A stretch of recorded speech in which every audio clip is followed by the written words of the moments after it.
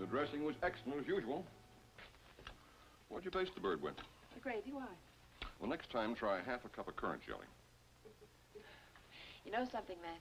Someday you're going to make some lucky woman a good cook. Mother, have you seen my ice skates? In the hall closet. Oh, Norman and I are going to Baker's Pond. Let's see. I'm a mess, I know. Well, it's only one man's opinion. I'd say you look fine. No, it's the jacket. It's all wrong. Meaning it's last year's. You know, there is something that would go with that. What, your blue sweater? I tried. I'm sure you did. Just a minute. You know, I didn't know that going skating was all so complicated. For your information, Uncle Matt, on Sunday afternoon at Baker's Pond, one is apt to run into all sorts of people. Well, for your information, young lady, I was running into them long before you were born. At Baker's Pond. Really? You used to ice skate? Yes, in my wheelchair. That was until my beard got so long I tangled my skates. Here, I've been meaning to give you this. Oh, Mother, really? Really? Oh, it's beautiful. From Jackson's in White River. But you haven't been to White River. Not recently, no. What have you been saving it for? Oh, special occasion. What do you think of Mother making these secret trips to White River? Your mother is a woman of many mysteries, Allison. Well, that looks perfect. It does look nice. Nice. It's beautiful. Thank you. Oh, there's Norman. Have to go. Goodbye, you two. See you later. Do a figure 8 for me. Yeah, I'll do my best. And don't forget your skates. I won't. What was that all about? I thought you'd guess. Well, I don't know about Allison, but I was completely confused. Elliot bought her that sweater. And he was in White River reporting to his parole officer. And he asked me to tell her that I gave it to her. Sort of put you on the spot, didn't he? Need some help? You realize what it is you want to say, but you think it'll sound strange. Something like that. Well, why don't you say it? Well, it's more than Elliot's coming back. It's when he's come back. For years now, I've been afraid to make any plans because of him, and well, now that I might, he's here. Well, you knew all along there was a possibility of his parole. Yes.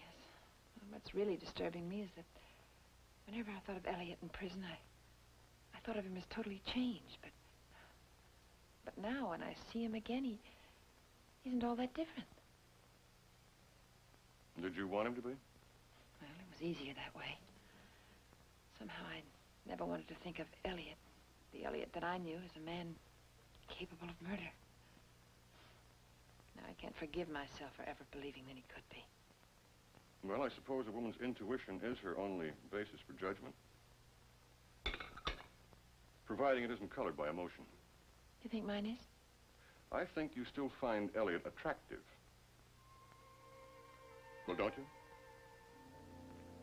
And that is all the difference, isn't it?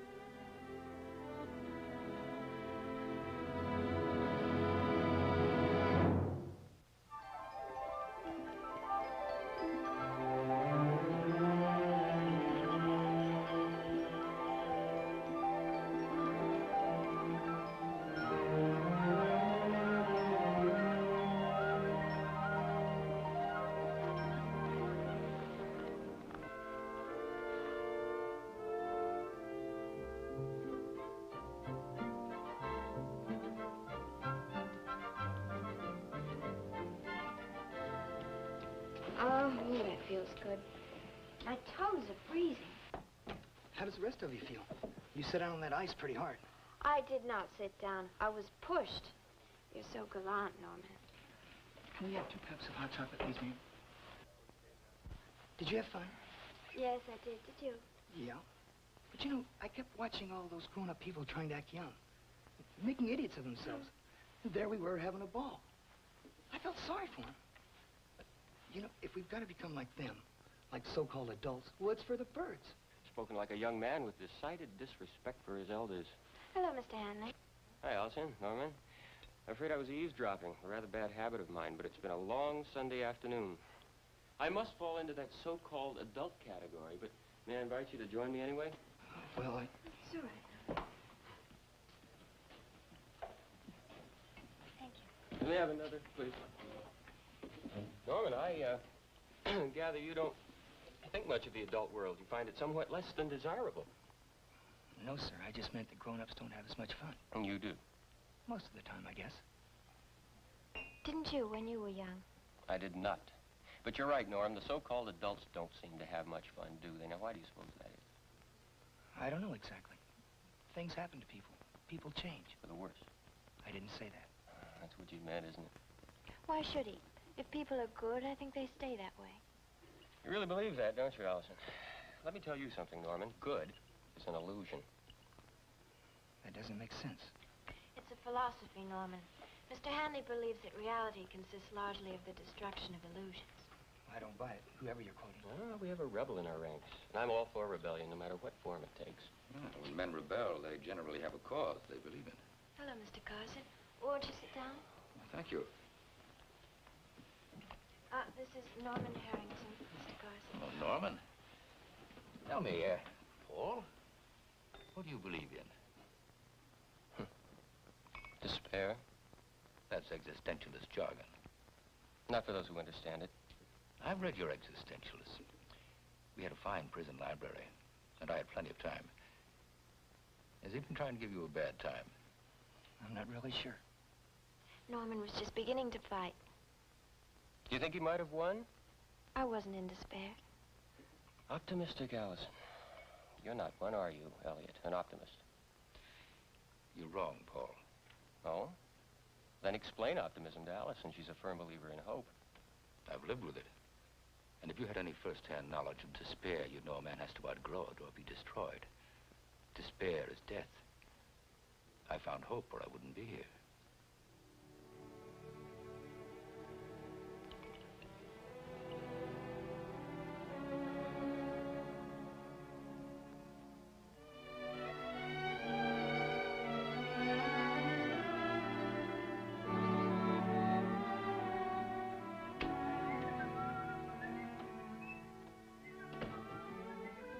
Carefree, you have a good day? It was great, just great. What's so great about going skating alone? I did. I took Allison. You're really becoming a man of the world, aren't you? Movies, dates at Baker's Pond, what next? Well, if you loan me your car next Saturday night, there's a dance at the Shoreline. Well, let's see. I'll tell you what. If you ask Allison and she says okay, I'll let you use the car. That's generous of you, big brother. I just might take you up on it. But will Allison...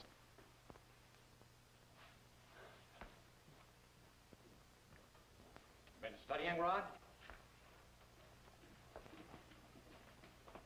You're getting to be a real stay-at-home. You've got to get out more. What do you suggest I do, Dad?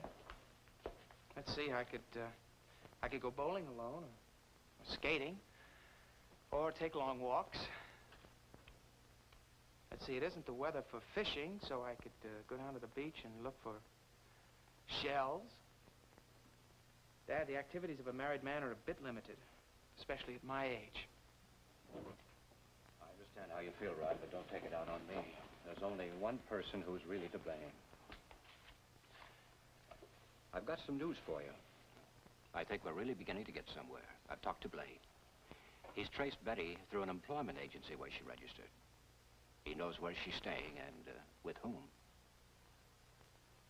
You don't seem to be very interested. I don't like the idea of him following her, spying on her.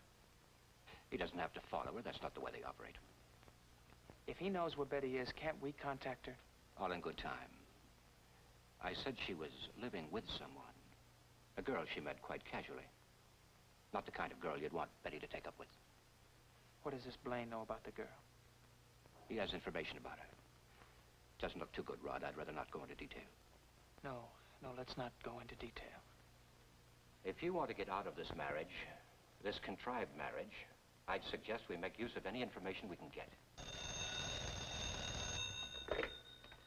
Hello? Julie? Why, yes, he's right here. It's Mrs. Anderson. She wants to talk to you. Yes, Mrs. Anderson? Well, when did she call? What did she say? Oh, yes, I see. Yes, thank you. Betty called her mother last night. She's coming home. Don't let it start all over again, Rod. Dad, this time, let me handle things. All right. But things might include whatever information Blaine sends from New York. Aren't you assuming a great deal? My assumptions generally end up as facts. I assumed something once. Oh, months ago, I assumed something about you and Mrs. Anderson. What about my assumptions, Dad?